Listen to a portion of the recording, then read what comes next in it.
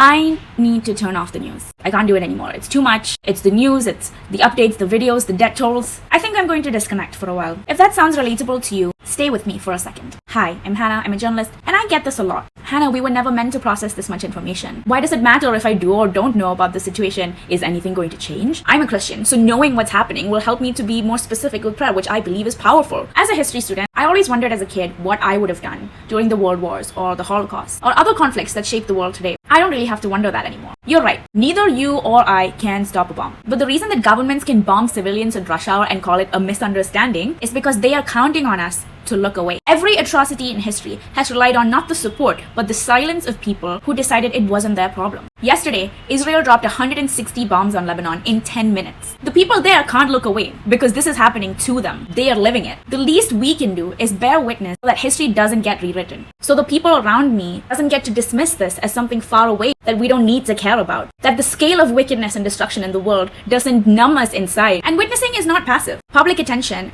is one of the only things that has created a political cost for these actions. Vietnam War didn't end because politicians had a change of heart. Not really. It ended because ordinary people refused to stop paying attention. And that is the one thing that you can do from wherever you are. Because I've said this before, you're really not that far from any of this happening to us. If God forbid, I was the one under relentless carpet bombing, I would hope with all of my heart that my experience, my life, my family, my bloodline doesn't get relegated to the footnotes of history as a skirmish or a misunderstanding. At the very least, I would want people to know that this happened, to not look away. So if the constant stream of it is affecting your mental health, by all means, regulate how and from whom you get your news. Pick people and publications that you trust.